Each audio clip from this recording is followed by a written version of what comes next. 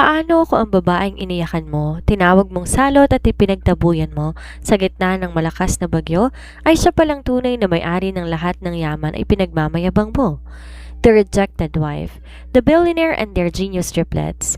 Dito natin makikilala si Mateo Derillo, isang mayabang na bilyonaryo na nang malugi ang negosyo, ang sarili niyang asawang si Margaret at ang 5 taong gulang nilang triplets ang sinisi. Pinatapon niya ang mga to sa kalsada na walang-wala. Pero hold your breath, dahil paglipas ng 5 taon bumaliktad ang mundo. Ang dating bilyonaryo, nagtatrabaho na lang bilang maruming mekaniko sa tondo na baon sa utang sa loan sharks. Samantala, ang tinapon niyang pamilya, nagbalik bilang mga boss ng pinakamalaking conglomerate sa mundo. Sa tulong ng 3 nilang anak na sina Jacob, James at Jennifer na mga certified genius prodigies. At hindi lang yan, may sasabog na isang malaking plot twist sa dugo ng pamilya Del Rillo na magpapatumba kay Mateo sa sarili niyang mga tuhod. Sino nga ba ang tunay na malas? At paano babawiin ng isang rejected wife at ng kanyang genius triplets ang karapatang ninakaw sa kanila? Iniyakan mo ang babaeng tinuring mong salot at malas. Ngunit paano kung sa oras ng iyong pagkakabangkarote at pagkasira, ang malas na iyon ang tanging Diyosa na makapagliligtas sa iyo mula sa impyerno? Ang pagtatakwil. Isang malamig na gabi, sa gitna ng walang awang pagbuhos ng ulan, tinapon ni Margaret Derillo palabas ng Grand Mansion ng pamilya Derillo. Kasama niya ang kanyang 5 taong gulang na triplets na nanginginig sa lamig at takot. Ang nagtapon sa kanila, ang mismong lalaking pinangakuan niya ng walang hanggang pag-ibig, si Mateo Derillo, ang kinatatakutan at makapangyarihang bilyonaryong CEO. Nang biglang bumagsak at malugi ang Derillo Enterprises, isang tao lamang ang sinisisi ng buong angkan, si Margaret at ang kanyang mga anak. Hinubaran siya ng dignidad, tinawag na malas, pinaratangang sumpa na sumira sa yaman ng pamilya. Habang nakaluhod siya sa putikan at nagmamakaawa, tumalikod si Mateo dalang matinding puot. Iniwan silang walang-wala, gutom at walang masisilungan. Ang pagbangon ng mga henyo. Ngunit hindi alam ni Mateo na ang gabing yon ng pagtatakwil ang magiging simula ng kanyang pinakamalaking bangungot. 5 taon ang lumipas, umiikot ang mundo. Si Mateo ay nabaon sa bilyon-bilyong utang, nawala lahat ng luho at ngayon nagtatrabaho bilang isang marumi at kaawa-awang mekaniko na nagtatago mula sa mga bayarang sindikato. Samantala, nagbabalik ang pamilyang tinapon niya. Hindi na sila mga pulubi. Sila ngayon ang nagpapatakbo ng Trinity Global Holdings, ang pinakamalaking lihim na conglomerate sa mundo, at ang nasa likod ng imperyong to'y walang iba kundi ang kanyang 3 anak na may kani-kaniyang nakakagimbal na talino. Ang nakagigimbal na katotohanan. Ngayong hawak ng mag-iina ang mundo sa kanilang mga palad, bumalik sila sa Pilipinas hindi upang maghigante sa paraang madugo, kundi upang bilhin ang pagkatao ni Mateo at ipakita sa kanya ang kalulus-lunos niyang pagkakamali. Ngunit sa gitna ng pagyoko ni Mateo sa yaman ng kanyang pamilya, isang nakakawasak na sekreto ang sasabog. Isang sekretong nakabaon sa dugo ng pamilya Del Rio. Isang plot twist na magpapatunay na ang lahat ng pinaniniwalaan ni Mateo ay isang malaking kasinungalingan. At ang babaeng tinuring niyang malas ay ang tunay na tagapagmana at reyna na ninakawan niya ng karapatan. Handa na ba ang mundo sa pagbabalik ng rejected wife at ng kanyang genius triplets? Gabi ng malakas na bagyo, ang kulog na gumuguhit sa madilim na kalangitan ay tila kumakatawan sa galit na nag-aalab sa loob ng Grand Villa ng pamilya Derillo. Sa gitna ng napakalaking sala na napapalibutan ng mga gintong chandeliers at mamahaling mga painting, nakaluhod ay isang babae sa malamig at mamahaling marble floor. Si Margaret, ang kanyang magagandang mata na dati puno ng ningning, balot ngayon ng matinding takot at luha. Ang damit niyang gawa sa murang tela ay may mga punit, habang ang mga kamay niya'y nanginginig sa matinding panlalamig. Wala kang kwentang babae. Salot! Isang malaking malas! Isang malakas at mabilis sa sampal ang yumugyog sa buong pagkatao ni Margaret. Sa lakas noon napasadsad ang kanyang mukha sa sahig, dahilan upang pumutok ang gilid ng kanyang labi. Ang lasa ng sarili niyang dugo humalo sa alat ng kanyang mga luha. Ang tumampal sa kanya ay walang iba kundi si Doña Victoria, ang matapobre at marangyang ina ng kanyang asawa. Doña Victoria, pakiusap. Piyok at nanginginig na pagmamakaawa ni Margaret habang hawak ang kanyang namumulang pisngi. Gumagawa po ako ng paraan, hindi ko po gustong mangyari to. Manahimik ka. Sigaw na isang malamig, malalim at pamilyar na boses mula sa itaas ng hagdanan. Bumaba si Mateo Derillo, ang dating minamahal niyang asawa. Ang kilalang bilyonaryong CEO ng Derillo Enterprises ay may mga matang wala ng kahit anong bakas ng pagmamahal. Ang kanyang facial features na dating hahangaan ng sinuman ay pinalitan ng puot, galit at matinding pagkahabag sa sarili. May hawak siyang makapal na folder ng bankruptcy papers. Mateo, bulong ni Margaret, pilit na gumagapang patungo sa mga paa ng asawa. Yumakap siya sa binti nito na parang isang taong nagmamakaawa para sa kanyang buhay. Mateo, makinig ka muna sa akin. Asawa mo ko. Nangako tayo sa isa't isa sa hirap at ginhawa. Iwasan mo ko, Margaret. Mabilis sa tinulak ni Mateo ang babae gamit ang kanyang footwear. Napahiga si Margaret sa sahig, hinihingal sa sakit. Huwag mong binabanggit ang tungkol sa sumpa mong kasal. Simula nung pumasok ka sa pamilyang to, isa-isang nawala ang mga investors ko. Ang mga kontratang milyon-milyon ng halaga, biglang naunsyame. At ngayon formal ng bangkarote ang kumpanya ko. Hindi akong dahilan yan, Mateo. May nagmamanipula ng mga pondo ninyo. Magsisinungaling ka pa? Sigaw ni Mateo habang inihahagi sa mga papel sa mukha ni Margaret. Lumipad ang daan-daang pahina sa ere bago mabagsak sa paligid ng babae. Nagsimula lahat ng malas na to nung pinanganak mo ang 3 salot na yan. Huwag mong idadama yung mga anak ko. Isang sigaw ng ina na nagmumula sa kaibuturan ng puso ang binuga ni Margaret. Sa kabila ng sakit ng kanyang katawan, pilit siyang tumayo. Wala silang kasalanan, Mateo. Mga bata sila. Mommy! Mula sa second floor, mabilis bumaba ang 3 5 taong gulang na mga bata. Narinig nilang lahat, sina Jacob, James at Jennifer. Tumakbo si Jennifer, ang bunso at tanging babae sa triplets, habang gipit na yumayakap sa binti ng kanyang ina. Umiiyak ang batang babae, mahigpit na hawak ang kanyang lumang teddy bear. Si James naman, tahimik na tumayo sa tabi ng ina. Ang kanyang malalaking mata patuloy na nagmamasid sa paligid.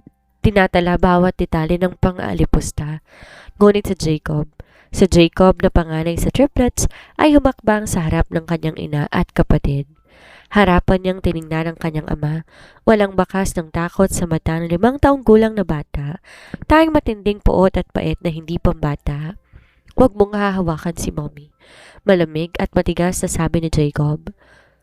Ang boses ng bata ay nagpadala ng kaunting kilabot sa mga taong nasa sala. Bahagyang natigilan si Mateo, ngunit agad ding napalitan ng pait ang kanyang mukha. Tingnan mo, kahit ang mga anak mo walang galang, manang-mana talaga sa pinagmulan. Layas, lumayas kayong lahat sa bahay ko. Mateo, gabi ngayon. Umuulan ng malakas. Saan kami pupunta ng mga bata? Pagmamakaawa ni Margaret habang umiiyak at pumapagitna sa mga anak. Kahit ako na lang palayasin mo, wag lang ang mga bata. Bigyan mo sila ng masisilungan. Diyan kayo na babagay sa kalsada, polyeto ni Doña Victoria mula sa likod. Mga hampas lupa. Mula ngayon wala ka ng kaugnayan sa pamilya Derillo. Nagsidatingan ang 2 malalaking bodyguard. Walang awang hinawakan ng mga to ang braso ni Margaret at ng 3 bata. Pakaladkad silang nilabas sa napakalaking iron gate ng mansyon. Bumagsak si Margaret sa basang semento sa labas ng gate. Kasabay noon ng mabilis na pagbuhos ng napakalakas na ulan. Nabasa ang kanilang mga damit sa loob lamang ng ilang segundo. Nanginginig sa lamig sina Jennifer at James habang nakayakap sa basang katawan ng kanilang ina. Sa kabila ng bakal na gate, nakatayo si Mateo habang nakatingin sa kanila ng walang kaawa-awa bago pabalagbag na tumalikod at pumasok sa bahay. Nakaluhod si Margaret sa gitna ng ulan, hawak ang kanyang 3 anak. Ang kanyang luha ay humahalo sa patak ng bagyo. Nararamdaman niya ang matinding kawalan ng pag-asa. Wala silang pera, wala silang bahay, wala silang makain. Mommy, huwag ka nang umiyak, bulong ni Jennifer habang pinupunasan ng pisngi ng ina gamit ang kanyang basang kamay. Lumapit si Jacob. Pilit na tinayo ang kanyang ina. Tumingin ng bata sa mataas na mansyon ng pamilya Derillo na ngayon nagdidilim na sa gitna ng bagyo. Pangako, Mommy. Seryosong sabi ni Jacob, ang boses ay puno ng determinasyon na magbabago sa kanilang tinadhana. Isang araw, babalik tayo dito hindi upang magmakaawa, kundi upang bilihan ng buong mundong to at ilagay sa ilalim ng iyong mga paa. Tumingin si Margaret sa kanyang tatlong anak. Sa kabila ng dilim ng gabi at lamig ng ulan, naramdaman niya ang isang mainit na apoy na nagsimulang mag-alab sa kanilang mga puso. Ang gabing yon ng pagtatakwil ang magiging pinakamalaking pagkakamali sa buhay ni Mateo Derillo. Lumipas ang 5 mahabang taon. Ang panahon ay tila isang gulong na umiikot. Ang dating nasa itaas ay patapon na ngayon sa pinakamababang bahagi ng putik, habang ang dating tinapon ay paitaas sa rurok ng tagumpay.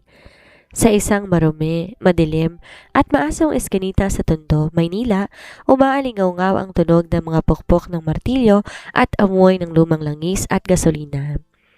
Sa gitna ng isang maliit at gipit na talyer, nakaluhod sa basang sementong isang lalaki. Ang kanyang muka ay nababalutan ng maitim na grasa. Ang kanyang mga kamay puno ng sugat at kalyo at ang kanyang dating mamahaling suot na palitan ng punit-punit at basang-basahan. Si Mateo Derillo. Wala na ang dating bilyonaryong CEO na kinatatakutan ng lahat. Matapos niyang palayasin si Margaret at ang triplets, hindi gumanda ang kanyang buhay tulad ng inaakala niya. Sa halip, mas mabilis pa sa kidlat ang naging pagbagsak ng Derillo Enterprises. Isa-isang narimata ng bangko ang kanyang mga ari-arian, ang mansyon, ang mamahaling kotse at ang mga lupain. Nabaon siya sa napakalaking utang ng mga malupit na loan shark upang panatilihing buhay ang kanyang ina na si Doña Victoria na ngayon ay paralisado na at nakatira sa isang maliit, maalikabok na kwarto. Hoy Mateo! Isang malakas na sipa sa pintuan ng talyer ang pumutol sa kanyang pagtatrabaho. Pumasok ang 3 malalaking lalaki na may mga tattoo at hawak na bakal na tubo. Nasaan ang interes ng utang mo ngayong linggo? 50,000 piso. Huwag mong sabihin wala ka na namang pambayad. Puno ng takot at hiya, mabilis lumuhod si Mateo sa maruming sahig. Pakiusap, bigyan niyo pa ako ng 3 araw. Hindi pa nagbabayad ang customer ng ginawa kong makina? Walang 3 araw. Hinawakan ng lalaki ang buhok ni Mateo. Sinubsob ang kanyang muka sa maruming langis sa sahig. Kapag hindi ka nagbayad hanggang bukas, dadalhin namin ang ina mo sa ospital at doon hahayaang mamatay. Habang nakasubsob ang mukha sa langis, napapikit si Mateo. Sa gitna ng matinding dusa at kahihiyan, pumutok ang galit sa kanyang dibdib. Kasalanan to ni Margaret, bulong ng kanyang isip. Ang malas na babaeng yon at ang kanyang mga salot na anak, sinumpa nilang buhay ko. Pinaniwala ni Mateo ang sarili na ang dating asawang ugat ng lahat ng kanyang kapahamakan. Ngunit sa kabilang dako ng mundo, sa ginintoang lungsod ng Zurich, Switzerland, isang pangarap na walang kapantay ang tahimik na nabubuo. Sa loob ng isang makabagong penthouse na gawa sa salamin at may tanawin ng Swiss Alps nakatayo si Margaret. Hindi na siya ang babaeng nakaluhod sa ulan at dugyot. Ang kanyang buhok maayos na nakasali. Nakasuot ng simpleng gintong silk dress at ang kanyang mukha mayroong hindi matitinag na dignidad at kapayapaan. Sa likod niya, sa isang napakalaking control room na napapalibutan ng daan-daang holographic screens, nakaupo ang kanyang 3 8 taong gulang na anak, ang triplets. Ang kanilang talino hindi ordinaryo. Ito ay isang kababalaghang pinalago ng hirap at pagsusumikap. Si Jacob, sa edad na 8, ay kilala na sa dark web bilang si Phantom, ang pinakamagaling na cybersecurity engineer na nakagawa ng isang hindi mahak na firewall system. Binili ng International Monetary Fund ang kanyang ginagawang code sa halagang 500 milyong dolyar. Si James naman nakaupo sa harap ng 4 na monitors na nagpapakita ng real-time stock market sa New York, London at Tokyo. sa pamamagitan ng kanyang mathematical algorithm na predict niya ang pagbagsak ng langis noong nakarang taon na nagbigay sa kanila ng trilyong tubo. Siya ang utak sa pananalapi ng pamilya. At si Jennifer, ang bunso, nakaupo sa kanyang sariling laboratorio habang inaayos sa isang microchip na mas maliit pa sa butil ng bigas. Isang medical device na nakakapag-repair ng nasirang tissue sa utak ng tao. Mami, maawain ngunit matatag na boses ni James ang umalingaw-ngaw. Katatapos ko lang bilhin ng 80% ng shares ng pinakamalaking investment firm sa Pilipinas. Hawak na natin ang buong merkado ng Maynila. Nilapag ni Jacob ang kanyang laptop at tumingin kay Margaret. Nalaman ko rin kung nasan si Mateo Derillo. Nabaon siya sa 50 milyong utang sa mga sindikato. Ang dating bilyonaryo nagtatrabaho na ngayon bilang isang mekaniko sa putikan. Tahimik na lumapit si Jennifer, humawak sa kamay ng kanyang ina.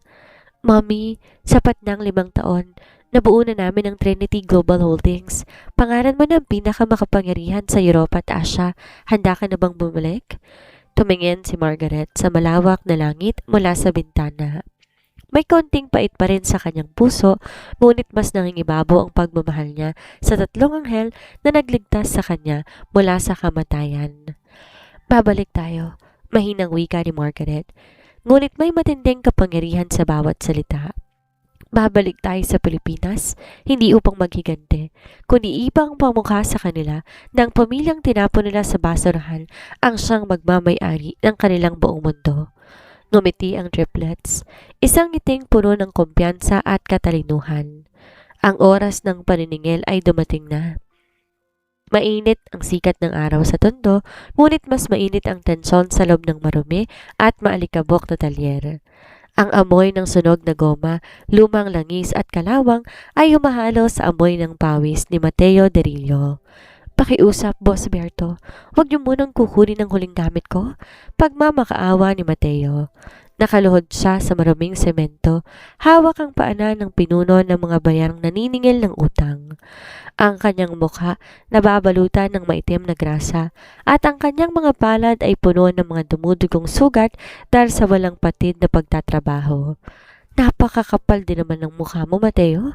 Sigaw ng lalaking nagngangalang Berto, hawak ang isang bakal na tubo. 50 milyong pisong utang mo sa amin. 5 taon ka nang nagdadahilan.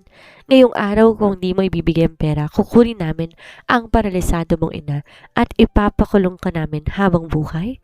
Wala na akong pera, sigaw ni Mateo habang pumapatak ang kanyang mga luha sa maruming lupa. Nawala na sa akin ang lahat. Ang negosyo ko, ang bahay ko, ang dignidad ko, pakiusap. Maawa kayo? Awa? Sa tulad mong basahan, walang awa. Taas kamay na winasiwas ni Berto ang bakal na tubo upang ihampa sa ulo ni Mateo. Isang napakalakas at sunod-sunod na tunog ng preno ang gumimbal sa buong kalye. Napatigil si Berto sa ere. Ang makitid at maraming eskinita biglang napuno ng usok at tunog ng mga makina ng 10 makikintab at kulay itim na Rolls-Royce Phantom. Ang mga sasakyang yon pinalilibutan ng 20 matatangkad na bodyguard na nakasuot ng mamahaling itim na suit at earpiece. Ang mga tao sa paligid napatulala, maging ang mga mato ni Berto napabitaw sa kanilang mga hawak na armas. Mula sa gitnang sasakyan, bumaba ang isang lalaking bodyguard upang buksan ang pinto. Unang humakbang palabas sa isang pares ng stiletto na gawa sa mamahaling kristal at ginto. Bumaba ang isang babae. Ang kanyang buhok ay bagsak at nagniningning. Suot na isang eleganteng puting couture suit at may suot na mamahaling diamante sa leeg. Ang kanyang aura puno ng kapangyarihan at pagiging maharlika. Si Margaret. Sa magkabilang tabi niya ay humakbang 3 8 taong gulang na bata, sina Jacob, James at Jennifer. Nakasuot ang 2 batang lalaki ng customized Italian suits, habang si Jennifer nakasuot ng mamahaling silk dress, hawak ang isang ultra-modernong tablet. Nalaglag ang panga ni Mateo, nanlabo ang kanyang mga mata habang nakatitig sa babaeng dating nakaluhod sa ulan. Margaret, maging si Berto at ang kanyang mga tauhan ay napaatras. Sino kayo? Huwag kayong makikialam dito. Tumingin si Margaret kay Mateo. Walang galit sa kanyang mga mata, kundi isang malamig na awa na mas masakit pa kaysa sa anumang sampal. Kamusta ka na, Mateo? Mukhang di naging mabuti ang buhay mo simula nang palayasin mo kami. Pumutok ang galit at inggit sa dibdib ni Mateo. Pilit siyang tumayo habang nanginginig ang katawan. Ikaw, paano ka nagkaroon ng ganyang mga kotse? Kaninong mayamang lalaki ka nagpapakalabit, Margaret? Taksil ka talaga. Pagkatapos mong dalhin ang malas sa buhay ko, nagpapakasasa ka sa pera ng ibang lalaki? Humakbang si Jacob pa itaas. Kahit 8 taong gulang pa lamang, ang lakas ng kanyang presensya ay sapat upang patahimikan ang buong paligid. Ang kanyang mga mata tulad ng isang mandaragit. Manahimik ka, Daddy? Malamig at madalas na wika ni Jacob. Walang ibang lalaki si Mommy. Ang perang nakikita mo, ang mga kotseng nakaparada sa harapan mo. Sa marumi mong kalye, pinagpagura naming 3 habang ikaw nagsasaya sa paninisi sa amin ng sarili mong kapalpakan. Ano? Pinagsasasabi mo? Litong sigaw ni Mateo. Nilabas ni James sa isang formal na tsekera mula sa kanyang blazer. Mabilis niyang sinulat ang isang halaga at pinirmahan to gamit ang gintong ballpen. Inihagis niyang tseke sa mukha ni Berto. 100 milyong piso. Malamig na sabi ni James. 50 bilyon para sa utang na lalaking yan at ang natitirang 50 milyon para umalis kayo sa harapan namin sa loob ng 5 segundo. Tiningnan ni Berto ang tseke. Ito ay may tatak ng Trinity Global Bank, ang pinakamalaking bangko sa buong mundo. Mabilis nanginig ang mga tuhod ni Berto. Maraming salamat po. Aalis na kami? Sa isang iglap, nagtatakbo ang mga naniningil. Naiwan si Mateo na tulala sa gitna ng kalsada. Ang sarili niyang mga anak, ang 3 batang tinapon niya sa kalsada dahil sa paniniwalang sila ay malas, ang katatapos lang magbayad ng kanyang buhay sa isang pirasong papel. Lumapit si Jennifer kay Mateo, tumitig sa marumi nitong mukha at nagsalita ng may halong lungkot at panghahamak. Sabi mo nun magiging mga pulubi kami, pero ngayon, Daddy, kami nang nagmamay-ari ng lupang kinatatayuan mo. Napaluhod muli si Mateo sa semento, ngunit sa pagkakataong to, hindi dahil sa takot sa mga utang, kundi dahil sa matinding hiya at gumuho niyang pagkatao. Ang mga malas na tinapon niya, nagbalik na bilang mga bituin na hindi niya kailanman maaabot. Tahimik ang buong 55 palapag ng Trinity Global Tower sa Bonifacio Global City. Mula sa dambuhalang glass wall ng glass penthouse office, kitang-kita ang buong syudad. Isang tanawin na nagpapaalala sa sino mang makakatayo rito kung sinong tunay na nagmamay-ari ng kapangyarihan. Sa gitna ng napakalawak na silid, nakatayo si Mateo. Nakasuot pa rin siya ng maruming maong at may bakas ng grasa sa pisngi, ngunit malinis ang kanyang mga kamay matapos hugasan. Sa tabi niya nakaupo sa isang motorized wheelchair ang kanyang inang si Doña Victoria. Ang matanda na dating napakatari at marangya, balot na ngayon ng panghihina, takot at matinding kahihiyan habang nakatitig sa napakagandang ayos ni Margaret. Nakatayo si Margaret sa harap ng malaking executive desk. Sa magkabilang tabi niya ay ang triplets, sina Jacob, James at Jennifer na nakaupo sa kanilang sariling mga customized ergonomic leather chairs habang binabasa ang mga pananalapi at operasyon ng kanilang kumpanya. Bakit niyo ginagawa to? Basag ang boses na tanong ni Marco. Tumingin siya kay Margaret pagkatapos ay 3 bata na halos hindi man lang tumitingin sa kanya. Kung galit kayo sa akin, kung galit kayo sa amin ng ina ko dahil sa ginawa ko nung gabing yon, bakit niyo binayaran ng utang ko? Bakit niyo kami dinala sa napakagarang gusaling ito? Nalagay ni Jennifer ang kanyang stylus pen sa ibabaw ng desk at tumingin sa kanyang ama gamit ang mga matang sobrang linaw at matalino. Ginawa namin yon hindi dahil gusto ka naming iligtas para sa sarili mo, Daddy. Ginawa namin yon dahil kay Mommy. Dahil sa kabila ng lahat ng pananakit, pagpapahiya at pagtatapon mo sa amin sa ulan, hindi pa rin matitiis ng puso niya na makita kang mabulok sa kalsada o mamatay sa kamay ng mga sindikato. Yumuko si Mateo. Bawat salita ng kanyang 8 taong gulang na anak ay parang may sipit na dumudurog sa kanyang dibdib. Napakasama kong ama. Napakasama kong tao. Hindi lang yan na ang dapat mo ipagpasalamat ngayong araw, Mateo. Malamig ngunit seryosong wika ni Margaret. Tumango siya kay Jacob. Pinindot ni Jacob sa kanyang ultra-thin holographic laptop. Sa isang iglap, nagpakitang isang dambuhalang projection sa gitna ng silid. Milyon-milyong dokumento, bank transactions at audited financial records mula 10 taon ng nakararaan ang lumutang sa ere. Yan ang kompletong forensic accounting report ng Darillo Enterprises bago ito bumagsak. Payag na Jacob habang tinuturo ang mga pulang numero sa screen. Inabot ako ng 2 oras para i-decrypt ang mga tinagong bank accounts sa Switzerland at Cayman Islands. Nangunot ang noo ni Mateo habang lumalapit sa projection. Ano to? Ang sabi sa akin ng audit team noon, ang mga maling investment ni Margaret ang sumira sa pondo ng kumpanya. Tumingin ka ng mabuti, Daddy, singit ni James habang pinalalaki ang pangalan sa screen. Hindi si Mommy ang naglipat ng 500 milyong piso patungo sa offshore accounts. Ang pondo ng Darillo Enterprises ay unti-unting winasak simula pa nung unang araw na ikasal kayo. At ang taong pumirma sa lahat ng fraudulent transfer na ito, walang iba kundi yung pinagkakatiwalaan mong pinsan. Nanlamig ang buong katawan ni Mateo. Ang mga mata halos sumuwa habang binabasa ang pangalang nakatatak sa bawat dokumento. Raymond? Si Raymond Darillo? Gulat na sigaw ni Mateo. Tumpak! Malamig na tugon ni James. Ginamit ka ni Raymond. Ginawa niyang scapegoat si Mommy. Bago pa man bumagsak ang negosyo mo, pinag-aralan na ni Raymond kung paano ka manipulahin. Pinaniwala ka niya at ang lola na si Mommy ang malas upang habang abala kayo sa paninisit pagmamaltrato sa kanya, hindi niyo mapansin na nanakaw na niya ang buong imperyo ninyo. Hindi maaari ito.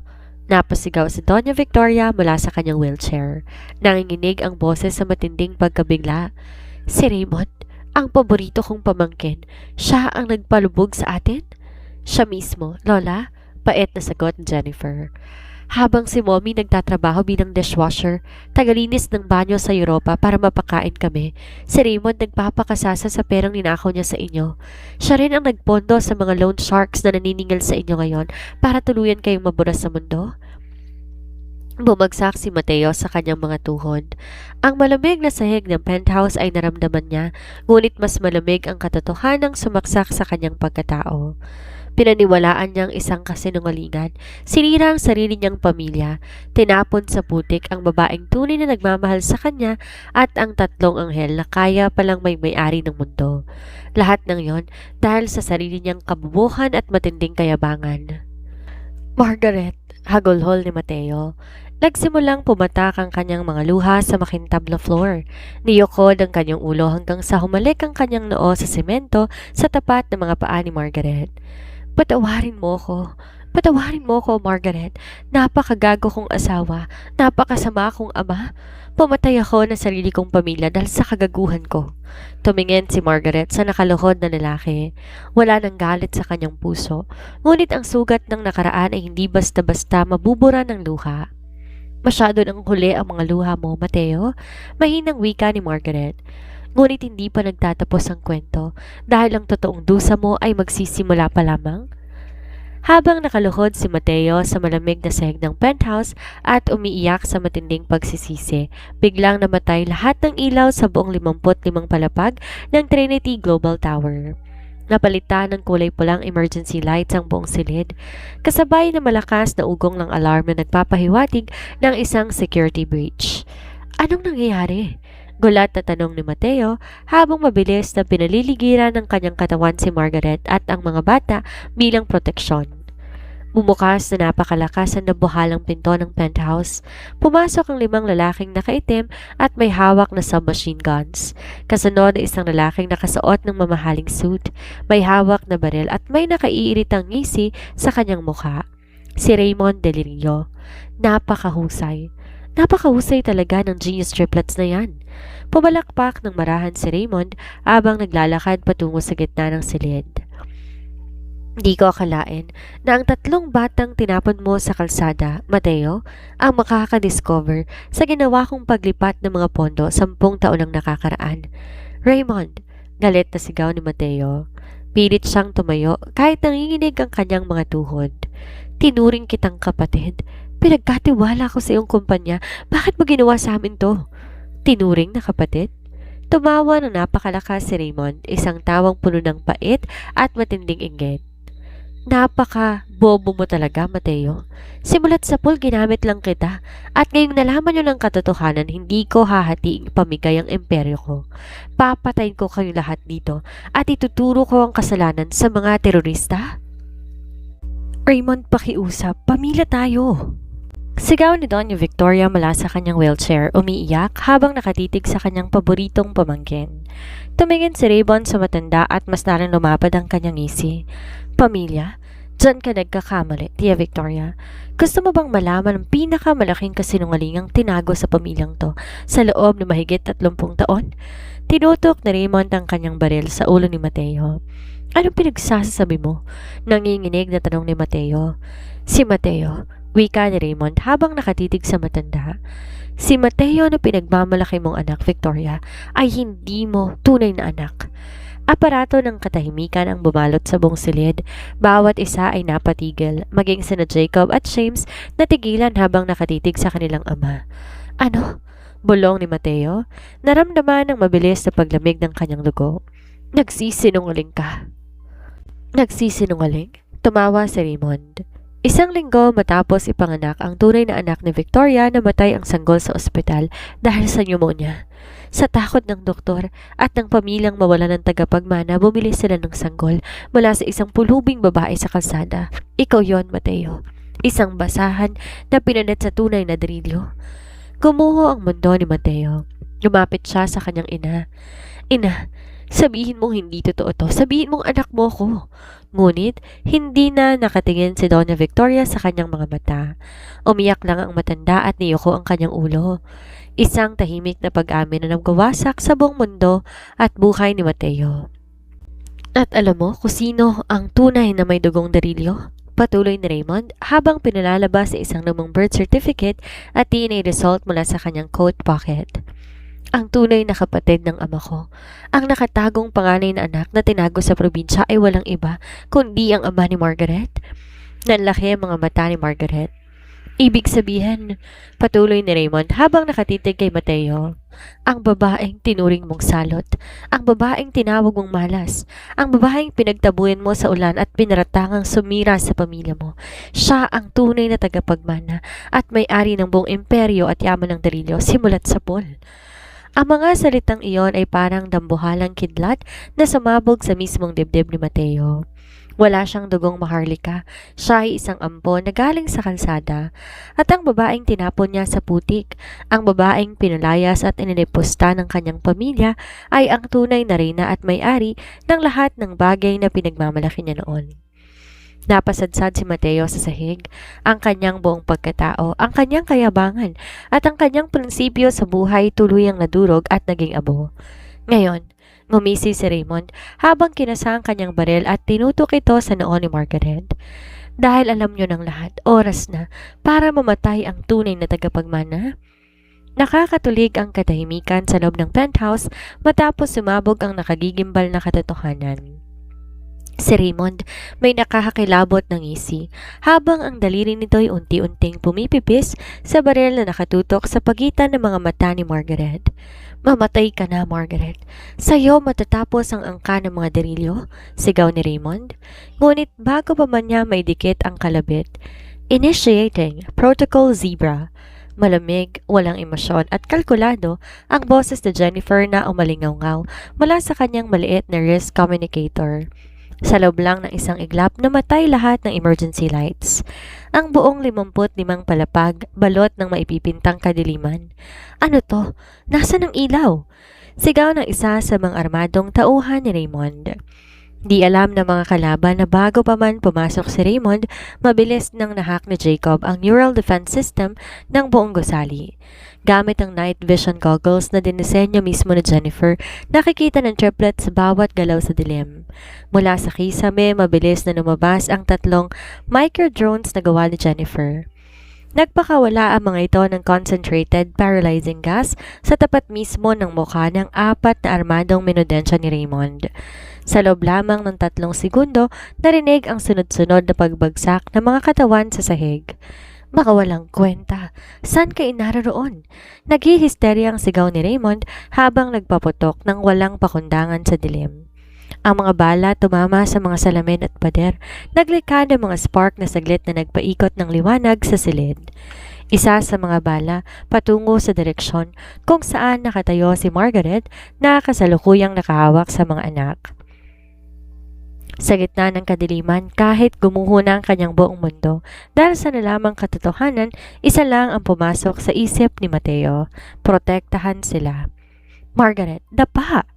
Ginamit ni Mateo ang natitira niyang lakas. Tumalon siya patungo sa harap ni Margaret at ng triplets, ginawang panangga ang sarili niyang katawan sa gitna ng naliliparang bala. Isang bala ang matinding tumagos sa kanyang balikat ni Mateo. Napaungol siya sa matinding sakit, ngunit hindi siya gumalaw sa kanyang posisyon. Nanatili siyang nakadapa sa ibabaw ni na Margaret at ang tatlong bata. Ginagamit ang kanyang likod upang siguraduhin na walang balang tatama sa kanila. Mateo! Sigaw ni Margaret. Nararamdaman ng mainit na dugo na umaagos mula sa katawan ng asawa at dumadaloy sa kanyang sariling mga kamay. Bigla, bumukas ang mga pinto ng emergency exit. Ang mga ilaw ay muling nagliwanag nang pumasok na ang 20 elite security forces ng Trinity Global. Kasama na ang mga opisyal ng Tactical Operations Group ng kapulisan. Mabilis nilang pinalibutan si Raymond. Ibagsak ang armas! Huwag kang gumalaw! Sigaw ng SWAT team commander. Nalaglag ang baril ni Raymond. Napatingin siya sa paligid. Ang kanyang mga tauhan ay nakandusay na at di makagalaw sa sahig dahil sa paralysis, habang siya ay napapalibutan ng daan-daan na laser lights mula sa mga baril ng otoridad. Hindi ito maaari. Naghihisterya ang sigaw ni Raymond habang mabilis siyang dinadapa ng mga pulis sa sahig at pinapalipitan ng piring at bosas. Ako ang dapat may mag-ari ng lahat ng to. Ako! Habang kinakaladkad si Raymond palabas ng penthouse, bumagsak si Mateo sa gilid. Ang balikat niya ay patuloy nagpapakawala ng sariling dugo at ang kanyang mukha ay namumutla na dahil sa matinding sakit at pagkawala ng dugo. Daddy! Isang sigaw na puno ng tunay na takot ang umalulong sa silid. Ang triplets, sina Jacob, James at Jennifer, ay mabilis lumuhod sa tabi ng kanilang ama. Sa kabila ng 5 taong galit, pait at pagnanais na ipamukha sa ama ang kanilang tagumpay, ang makita na itaya nito ang sariling buhay para protektahan sila ay tuluyang nagwasak sa pader ng kanilang mga bata at nasaktang puso. Daddy, pakiusap, huwag kang pipikit. Pakiusap.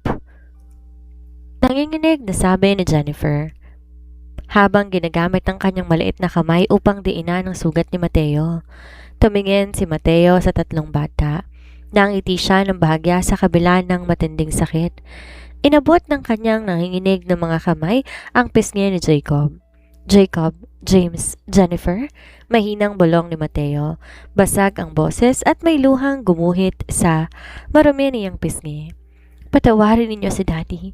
Naging bulag ako. Naging napakasama akong tao. Wala akong kwentang ama. Huwag ka nang magsalita, Mateo. Dumating na ang mga medic. Umiiyak na sigaw ni Margaret habang hawak ang kabilang kamay ng asawa. Tumingin si Mateo sa mga mata ni Margaret, ang mga matang minsan niyang pinaluha sa gitna ng bagyo. Margaret, ang tunay na reyna? Bulong ni Mateo habang unti-unting pumipikit ang kanyang mga mata. Masaya ako na sa huling sandali ng buhay ko, nailigtas ko ang tunay na may-ari ng pamilyang to. Patawarin mo ko. Tuluyang bumagsak ang kamay ni Mateo at nawalan siya ng malay. Mateo, gising! Hagulgol ni Margaret habang mabilis na pumasok ang mga paramedic upang ilagay si Mateo sa stretcher. Nakatayo ang triplet sa gitna ng gulo. Tumingin si Jacob sa basang dugo sa sahig. Sa unang pagkakataon, matapos ang 5 taon, naramdaman ng genius triplets ng lalaking tinuring nilang kaaway ay ang lalaki rin na nagbigay sa kanila ng pinakamalaking patunay ng pagmamahal, ang sarili nitong buhay. buwan ang mabilis na lumipas matapos ang dugoong insidente sa Trinity Global Tower. Ang balita tungkol sa pagkahuli kay Raymond Del Rio at ang pagkabunyag ng tunay na pagkatao ni Margaret bilang tanging tagapagmana ng Del Rio clan ay naging pinakamalaking usap-usapan sa buong Asya. Ngunit sa kabila ng muling pagkikilala sa kanya bilang tunay na reyna ng negosyo, sinuko ni Mateo lahat ng anumang natitirang karapatan o ari-ariang nakapangalan sa kanya noon. Hindi na humingi si Mateo ng kahit isang sentimo. Matapos siyang makalabas ng ospital dahil sa natabong sugat sa balikat, pinili niyang mamuhay ng tahimik sa isang maliit at simpleng bayan sa Batangas. Sa isang maliit na hubo na napapalibutan ng mga tanim ng gulay, nakatayo si Mateo. Nakasuot siya ng simpleng kamisa de chino, may maliit na sling sa kanyang kanang braso na nagpapagaling pa mula sa bala at may hawak na lumang kalaykay. Wala ng dating bilyonaryong mayabang, nakatitig sa kapwa ng may panghahamak. Ang kanyang mga matay puno na ngayon ng kapayapaan, kababaang loob at malalim na pagninilay-nilay. Kailangan pa nitong diligan bago lumubog ang araw, bulong ni Mateo sa sarili habang maingat na inaayos ang lupa sa kanyang mga pananim. Gabi-gabi bago siya makatulog sa kanyang simpleng papag, ang tanging dinadalangin ni Mateo sa may kapal ay ang kaligtasan at kaligayahan ni Margaret at ng triplets. Tanggap niya na sa sarili na hindi siya kailanman magiging karapat-dapat na bumalik sa kanilang buhay. Sapat na sa kanya ang malamang ligtas sila at malayo sa anumang panganib. Isang pamilya na tunog ng mamahaling sasakyan ang umalingaw-ngaw sa makipot na kalsadang lupa sa harap ng kanyang kubo. Napatigil si Mateo sa pagkalaykay. Lumingon siya at nakitang isang itim na SUV na dahan-dahang huminto. Bumukas ito at niluwa ang tatlong bata. Inaayos ni Jacob at James ang kanilang mga blazer habang si Jennifer may bitbit na isang mamahaling metal briefcase. Nalaglag ang kalaykay mula sa mga kamay ni Mateo. Nanginginig ang kanyang mga labi habang nakatitig sa tatlong anak. Jacob, James, Jennifer? Nanginginig at halos walang boses na wika ni Mateo. Mabilis siyang nagpunas ng pawis gamit ang kanyang lumang bimpo at napaatras ng kaunti dahil sa matinding hiya. Anong ginagawa niyo rito? Bakit kayo napadpad sa maruming lugar na to? Lumapit ang tatlong bata sa kanya. Walang nakatutok na mga bodyguard, walang malamig na tingin ng paghihiganti. Lumapit si Jennifer. Inabot isang maliit na kahon mula sa kanyang bag. Pinuksan niya to at pinakitang isang makabagong mechanical watch na may built-in health monitor at tracking device. Ginawa ko yan para sa'yo, Daddy. Mahinang sabi ni Jennifer habang nakatingin sa mga mata ng ama. Para kapag nagtrabaho ka sa bukid, nalalaman ko kung mabilis ang tibok ng puso mo at para hindi mo makalimutan ang oras kung kailan ka dapat magpahinga. Nanginig ang buong katawan ni Mateo. Ang mga luhang matagal niyang pinipigil ay mabilis na umahon at pumatak sa maruming lupa. Lumuhod siya sa harap ng kanyang bunso. Hindi alintana ang sakit sa kanyang balat. Jennifer, hagulgol ni Mateo. Bakit ginagawa ninyo to? Naging napakasama akong ama sa inyo. Pinagtabuyan ko kayo sa ulan. Binigyan niyo pa ako ng ganitong kabutihan? Humakbang si Jacob at nilagay ang kanyang kamay sa balikat ng ama. Kahit na 8 taong gulang pa lamang, maturity sa kanyang mga mata ay pambihira. Galit kami sa dating Mateo Del Rio. Matatag na wika ni Jacob. Galit kami sa lalaking nakatayo sa mamahaling mansyon na walang ibang nakikita kundi ang pera at sariling kayabangan. Pero ang lalaking tumalon sa harap ng bala para protektahan si Mommy at kaming tatlo. Ang lalaking handang mamatay para sa amin. Siya ang tunay naming ama at karapat-dapat siyang bigyan ikalawang pagkakataon. Inilabas ni James ang isang formal na kontrata mula sa briefcase at iniabot ito kay Mateo. Inayos namin ang mga papeles, paliwanag ni James habang nakatitig sa ama. Binili ka namin ng isang malaking lote sa lungsod at tinayo ang Del Rio Ecotech Research Center. Kami ang magiging pangunahing investor mo, Daddy. Kakamitin natin ang mga bagong ideya mo sa makina at ng aming teknolohiya para bumuo ng pinakamalaking sustainable automotive company sa Asia. Tuluyan nang gumagulhol si Mateo habang nakaluhod sa sahig. Hawak ang mga kamay ng kanyang tatlong anak. Gunit-gunit na tinipon ng kanyang mga braso sina Jacob, James at Jennifer na mahigpit silang natiyak sa kanyang dibdib. Patawarin ninyo ako, mga anak. Patawarin ninyo sa daddy. Iyak ni Mateo. Salamat. Salamat sa pagbibigay sa akin ng buhay. Mula sa hindi kalayo ang kotseng nakaparada, nakatayo si Margaret habang pinagmamasdan ng eksena. May ngiti sa kanyang mga labi habang pinupunasan ng sariling luha. Ang pader ng pait at sakit na naghihiwalay sa kanila sa loob ng 5 taon, tuluyan ng naglaho. Pinalitan ng liwanag ng pagpapatawad at pag-asa. 1 taon ang mabilis na lumipas matapos ng makasaysayang pagkilom ng mga sugat ng nakaraan. Sa isang eksklusibong cliffside resort sa Batanes kung saan ang asul na karagatan ay sumasalpok sa matatayag na kapatagan sa ilalim ng ginintoang paglubog ng araw, ginanap ang isang kaganapan na hindi makalilimutan ng sinuman. Ito ang araw ng muling pag-iisang dibdib ni na Mateo at Margaret. Hindi natutulad ng kanilang unang kasal 10 taon nang nakakaraan. Walang halong alyansa ng negosyo, walang panggigipit ng lipunan at walang anumang pagkukunwari. Ito ay isang kasal na itinatag sa apoy ng pagsubok, pinatibay na matinding pagpapatawad at pinagbuklod ng tunay at walang hanggang pag-ibig. Nakatayo si Mateo sa tapat ng asawa sa sariwang puting rosas na altar. Nakasuot siya ng simpleng, eleganteng charcoal black tuxedo. Ang dating bakas ng kapaguran at galit sa mukha, pinalitan ng matinding kagalakan at mga matang nagniningning sa emosyon. Sa kanyang tabi nakatayo si Doña Victoria na sa tulong ng medical chip na ginawa ni Jennifer ay nakakalakad na ngayon gamit ang isang tungkod habang pumatak ang luha ng matanda sa matinding pasasalamat sa may kapal. Tumunog ang napakagandang tugtog ng grand piano. Bumukas sa malaking pinto ng garden. Nilawan nito si Margaret. Siya ay tulad ng isang Diyosang bumaba sa kalangitan sa kanyang kumikinang na off-white A-line wedding dress. Dapilamurtian ng maliliit na diamante. Ang kanyang ganda ay walang katumbas at ang kanyang mukha ay puno ng kapayapaan at pagmamahal. Ngunit ang mas nakakapagpaalboroto ng damdamin ng mga bisita ay ang 3 batang naglalakad kasama niya sa aisle. Ang genius triplets. Si Jacob nakasuot ng munting tuxedo habang maingat na hawak ang velvet box ng mga wedding ring. Si James naman nakatayo bilang ring bearer assistant at tagahawak ng vows folder. At si Jennifer, ang magandang maliit na flower girl ay masayang nagpapakalat ng mga petals ng bulaklak sa pamamagitan ng dalawang maliit na customized micro-drone sa lumilipad sa itaas ng kanyang ulo. Nang makarating si Margaret sa tapat ng altar, dahan-dahang inabot ni Mateo ang kanyang mga kamay. Nanginginig ang mga daliri ng lalaki sa matinding emosyon. "Napakaganda mo, Margaret," bulong ni Mateo, pasag ang boses. Ngumiti si Margaret at tinawakan na mahigpit ang kamay ng asawa. "Ikaw rin, Mateo?" Nang dumating ang sandali para sa kanilang wedding vows, tumingin si Mateo ng diretso sa mga mata ni Margaret, habang ang hangin ng Batanes ay marahang umihip sa kanilang paligid. "Margaret," panimula ni Mateo, at ang unang patak ng luha ay mabilis na gumuhit sa kanyang pisngi. "Akala ko noon, ang yaman, kapangyarihan, at mataas na katayuan sa lipunan ang tunay na kahulugan ng tagumpay. Naging bulag ako sa katotohanan. Akala ko ikaw at ang ating mga anak ang malas at sumba sa buhay ko. Pero napakabobo ko. Kayo pala ang pinakamalaking biyayang bigay sa akin ng Diyos."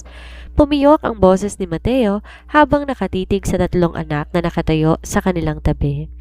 "Salamat sa hindi pagsuko sa akin na ako ang pinakamaruming tao sa mundo. Salamat sa pagturo sa akin kung paano maging tunay na lalaki, tunay na asawa at tunay na ama. Mula sa araw na to hanggang sa huling hininga ng aking buhay, ilalaan kong bawat segundo para protektahan at mahalin kayo." Umiyak na rin si Margaret habang pinupunasan ng luha ng asawa gamit ang kanyang daliri. "Mateo," tugon ni Margaret. Ang boses niya ay puno ng lambing at matatag na pananalig. "Nabaon man tayo sa dilim ng nakaraan, ang mahalagay ang liwanag na kasama natin ngayon. Pinatunayan mo na isang taong may tunay na pagsisisi ay karapat-dapat sa pagpapatawad. Hindi na ako ang rejected wife. Ako na ang babaeng pinakamamahal mo at ikaw ang lalaking makakasama ko sa pagbuo ng ating pangarap. By the power vested in me, I now pronounce you husband and wife again. You may now kiss the bride." Deklarasyon ng pari. Inalis ni Mateo ang veil ni Margaret at pinaligiran to ng isang marahan, puno ng pagmamahal at matamis na halik sa gitna ng malakas na palakpakan, hiyawan at luha ng kagalakan mula sa buong pamilya at mga kaibigan.